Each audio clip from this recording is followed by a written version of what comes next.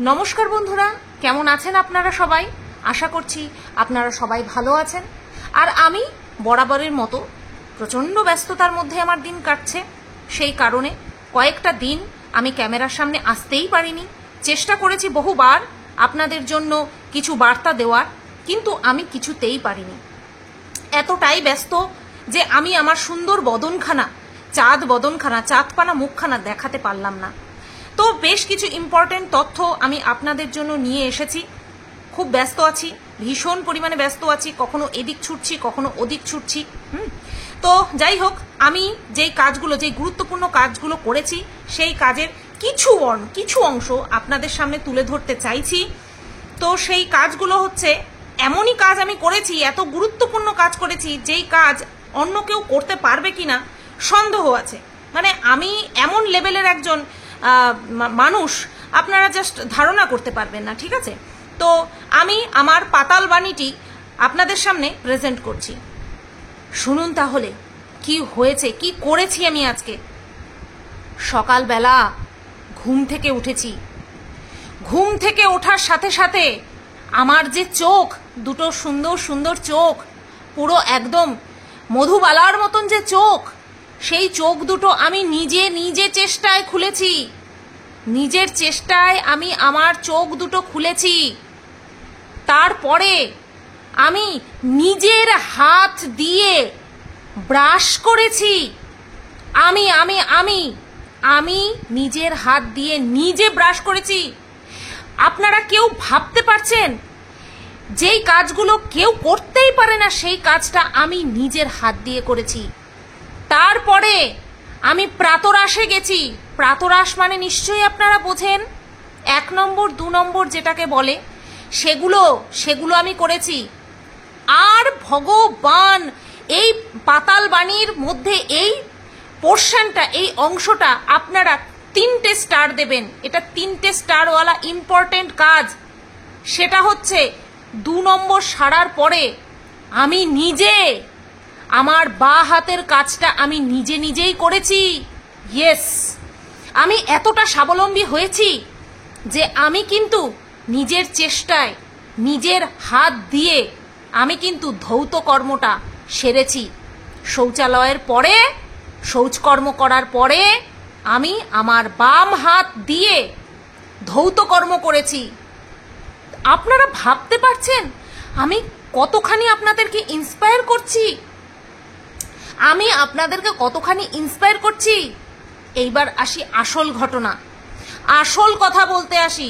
সেটা হলো সব কিছু করার পরে 1 নম্বর 2 নম্বর প্রাতরাশ করার পরে এইবার তো কিছু প্লাস করার পালা।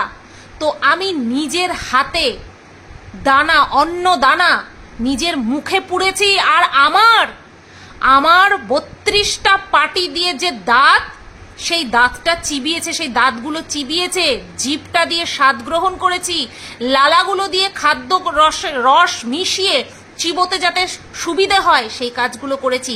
লাস্ট আমি ঢোক গিলে সেই খাবারটাকে পেট পর্যন্ত পৌঁছে দিয়েছি খাদ্যনালীর মাধ্যমে। আপনারা ভাবতে পারছেন এই কাজগুলো আমি একা করেছি? আপনারা পারবেন? চেষ্টা করুন, অবশ্যই পারবেন। আপনারা অবশ্যই পারবেন। আমার গল্পের, আমার পাতাল বাণীর আমি নায়িকা, যেখানে শুধুমাত্র me, my and myself is the last and first word. এটাই হচ্ছে আমার পাতাল বাণীর ফার্স্ট টু লাস্টের মোরাল অফ দ্য স্টোরি, হচ্ছে মি, মাই সেলফ। ঠিক আছে? তো আজকের আমার এই পাতাল বাণীটা আপনাদের কাছে এই পর্যন্তই রাখলাম। এরপরে আপনাদের কি জিজ্ঞাসা আছে? এই যে আমি যে এতগুলো কাজ আমি নিজের চেষ্টায় অসাধ্য সাধন করেছি, সেই কাজগুলো কি আপনারা করতে পারবেন? করতে? কথা দিন আমাকে যে এই কাজগুলো আপনারা নিজেরা করবেন প্রত্যেকটা দিন। আজকের থেকেই পণ গ্রহণ করুন যে এই কাজগুলো করার জন্য আপনারা কারোর সাহায্য নেবেন না। আপনারা মহিলারা হচ্ছে দুর্গার রূপ, মা দুর্গার রূপ। কি পারে না মহিলারা? আমার মহিলাদের প্রতি প্রচন্ড পরিমাণে সফট কর্নার রয়েছে। আমি মহিলাদের প্রতি দুর্বল মানসিক দিক থেকে। প্লিজ কেউ অন্যভাবে নেবেন না। আজকের আমার এই পাতাল বাণীটি এই পর্যন্তই রাখলাম। আশা করছি অনেক শিক্ষণীয় বিষয় আপনাদের সামনে উপস্থাপন করতে পেরেছি এবং আপনারা কিভাবে স্বাবলম্বী হতে হয় সেই শিক্ষাটা আমার এই পাতাল বাণী থেকে গ্রহণ করেছেন। राहुल तेरे संग चलूंगी रे, किया सब कुछ तेरे हवाले, तेरे संग में प्यारा चाहूं, तेरी जान रहना पाऊं। দূর, লিরিক্সটা আমার জীবনে মুখস্থ হবে না, ঠিক আছে? যাই হোক, মুখস্থ হওয়ার দরকার নেই, ফার্স্ট লাইনটুকুই যথেষ্ট। বাই দ্য ওয়ে, পাতাল বাণীটা কিরকম ছিল? কাসুন্দি দিদির পাতাল বাণীটা কিরকম ছিল? চারিদিকে তো আকাশবাণী হচ্ছে, কাসুন্দি দিদির না হয় একটুখানি পাতাল বাণী দিল। স্বাবলম্বী হও, তোমরা সবাই স্বাবলম্বী হও। এই জীবনে অন্য কারোর ক্রেডিট কোনোদিনও দেবে না। সব সময় আমি কি করেছি, আমি কি পারি, আমার দ্বারা কি হয়, আমি কত দূর কি করেছি, সেটাই সব সময় মূল উদ্দেশ্য হওয়া উচিত জীবনের। Love yourself, respect yourself. আর ওই রেসপেক্ট আর কারোর জন্য ব্যয় করবে না। কি পাবে জীবনে? রেসপেক্ট যদি তুমি অন্যকে দাও, কি পাবে? তো যাই হোক, পাতাল বাণী কিরকম লাগলো সেটা তো অবশ্যই জানার অপেক্ষায় রইলাম তোমাদের কাছ থেকে। এবার আসি কন্টেন্টের দিকে। ওটাও কন্টেন্ট ছিল, ওটা একটা। কাসুন্দি দিদি তোমাদের সাথে অনেকদিন পর দেখা করতে এসেছে, তো কি করব বলো? আমার চ্যানেলের থ্রুতে আমি কাসুন্দি দিদিকে তোমাদের সাথে পরিচয় করিয়ে দিলাম। এইবার আসি টিয়ার আজকের ভিডিওটা যেখানটায় ও লিখেছে মায়ের সাথে বিশাল ঝগড়া করে চ্যানেলটা মার কাছ থেকে নিয়ে নিলাম। অ্যাকচুয়ালি এই কমেন্টটা ছিল দর্শকদের।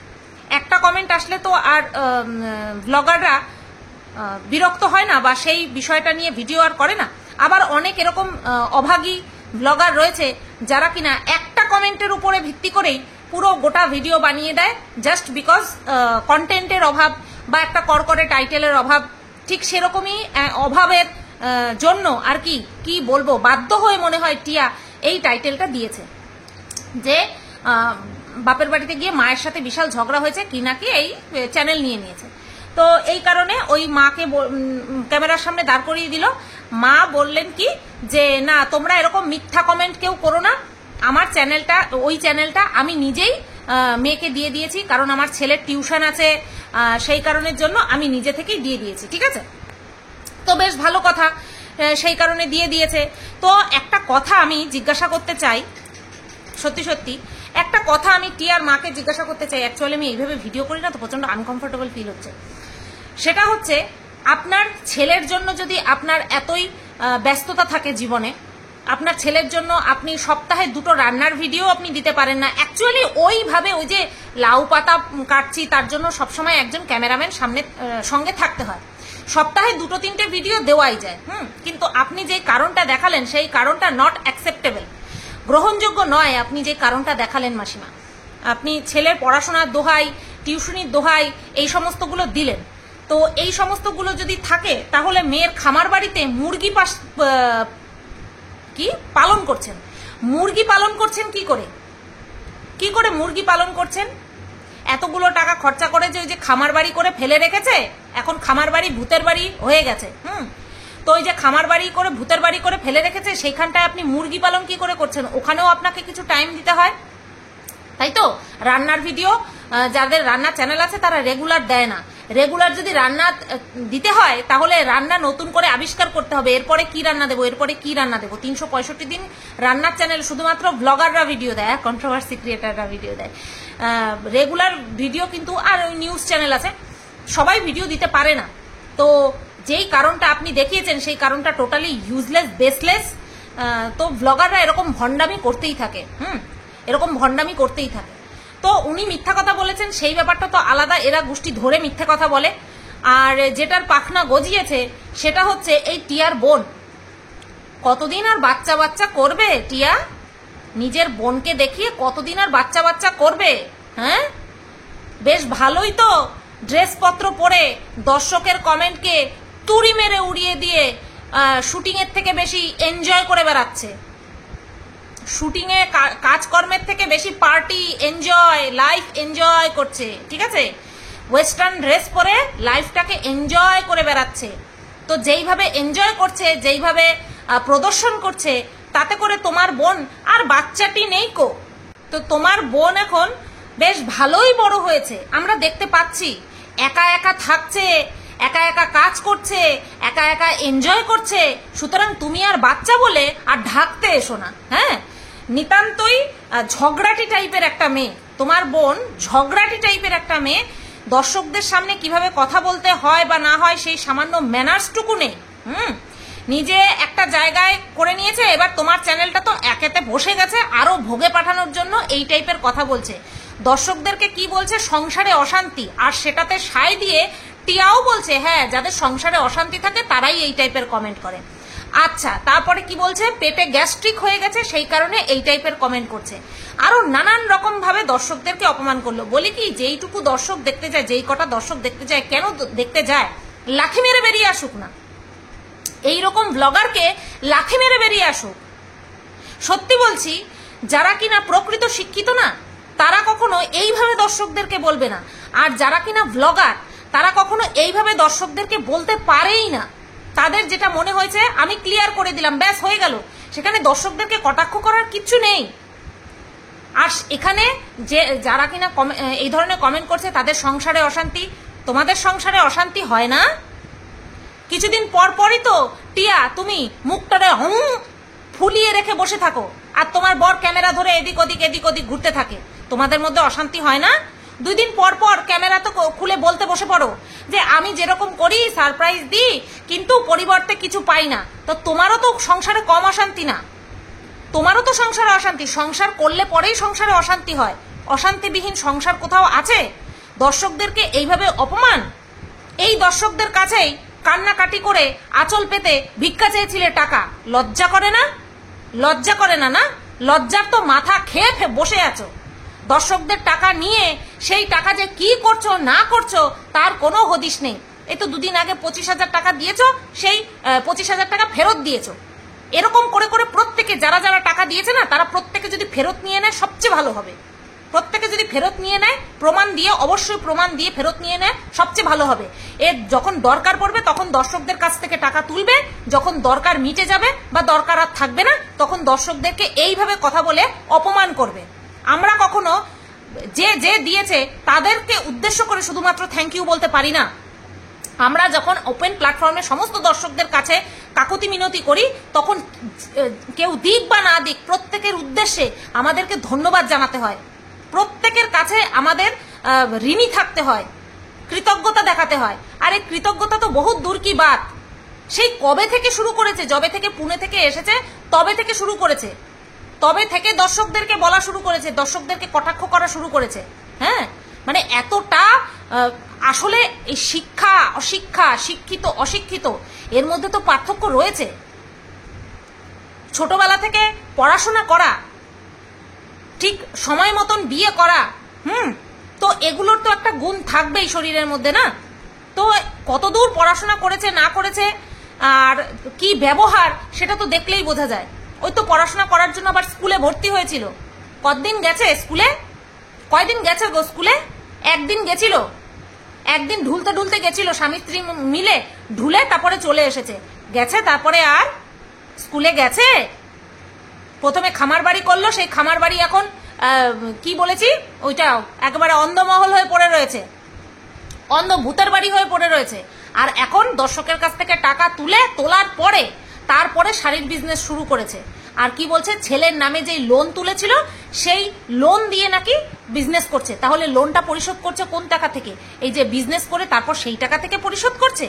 ও আচ্ছা, তাহলে এতদিন এই যে টিয়া যেই টাকা ইনকাম করেছে, এতদিন ধরে যে ইনকাম করেছে সেই টাকা দিয়ে তো বিজনেস করার কথা মনে পড়েনি কখনো, সেই টাকা দিয়ে তো শাড়ির বিজনেস করার কথা মনে পড়েনি। যখনই দর্শকদের কাছ থেকে একটা মোটা অ্যামাউন্ট তুললো তারপরেই শাড়ির বিজনেস করার কথা মনে পড়লো, তাই না? আর দায়টা কোন দিকে দিল, মানে টাকার উৎসটা কোন দিকে দিল? ছেলের অসুস্থতার জন্য লোন তুলেছিল, ছেলের অসুস্থতার জন্য লোন তুলেছিল, সেইখান থেকে নাকি শাড়ির বিজনেস করছে। এতদিন আর শাড়ির বিজনেসের আইডিয়া মাথায় আসেনি। একমাত্র ভগবান জানেন যে কত টাকা ওরা তুলেছে এবং কত টাকার হিসাব আমাদেরকে দেখিয়েছে এবং কত টাকা, বুঝতে পারলে তো? তো এরা যেইভাবে জঘন্যভাবে দর্শকদের সাথে কথা বলে না, যেই কটা দর্শক হয় তাদের উচিত এদের মুখে লাথি মেরে তারপরে বেরিয়ে আসা। যে আমাদের সংসারে অশান্তি থাকুক আর যাই থাকুক, দেখি বলে ওই তো ফুটানি চলে। যদি ভিউজ না থাকে না, তাহলে ওই প্রমোশনাল ভিডিওও পাবে না, আর ওই প্রমোশনাল ভিডিও থেকে মোটা টাকা ইনকাম করা সেটাও বেরিয়ে যাবে। দর্শকদের উচিত এর মুখে লাথি মেরে বেরিয়ে আসা, জেনে আমাদের সংসার আছে, কখনো না কখনো আমাদের সংসারেও অশান্তি হবে, আর তোকে উল্টো পাল্টা কমেন্ট করবো, তার থেকে তোকে দেখবই না। মাত্র কটা কমেন্টের জন্যই এইভাবে দর্শকদেরকে অপমান করে। আবার টিয়া পরে ঢাকছে যে ওর কথায় কিছু মনে করো না, ও কিন্তু সবার উদ্দেশ্যে বলেনি, যে কমেন্টটা করেছে তার উদ্দেশ্যেই বলেছে। সে তোদেরকে ভিউজ দেয়নি ভিউজ। একটা কথায় মিটে যায় যে তোমরা শুনে নাও আমার মার কাছ থেকে আমি চ্যানেল নিয়ে নিয়েছি না, কি আসল ঘটনা বলে দিলেই হয়ে যেত। পেটে গ্যাস্ট্রিক, সংসারে অশান্তি, অসভ্য অশিক্ষিত দল। ওয়েস্টার্ন ড্রেস পরলেই না মডার্ন হওয়া যায় না। মডার্ন হতে গেলে এখান থেকে হতে হয়, এখান থেকে আধুনিক এখান থেকে হতে হয়। পোশাক আশাকে খোলামেলা পোশাক পরে কখনো আধুনিক হওয়া যায় না, বুঝলে ঝগড়াটি বোন? চেহারাটা দেখলেই বোঝা যায় ঝগড়াটি। চলো সবাই তোমরা ভালো থেকো, সুস্থ থেকো, টাটা, গুড নাইট। আর হ্যাঁ, পাতাল বাণীটা কেমন লাগলো অবশ্যই কিন্তু কমেন্ট করে জানাবে।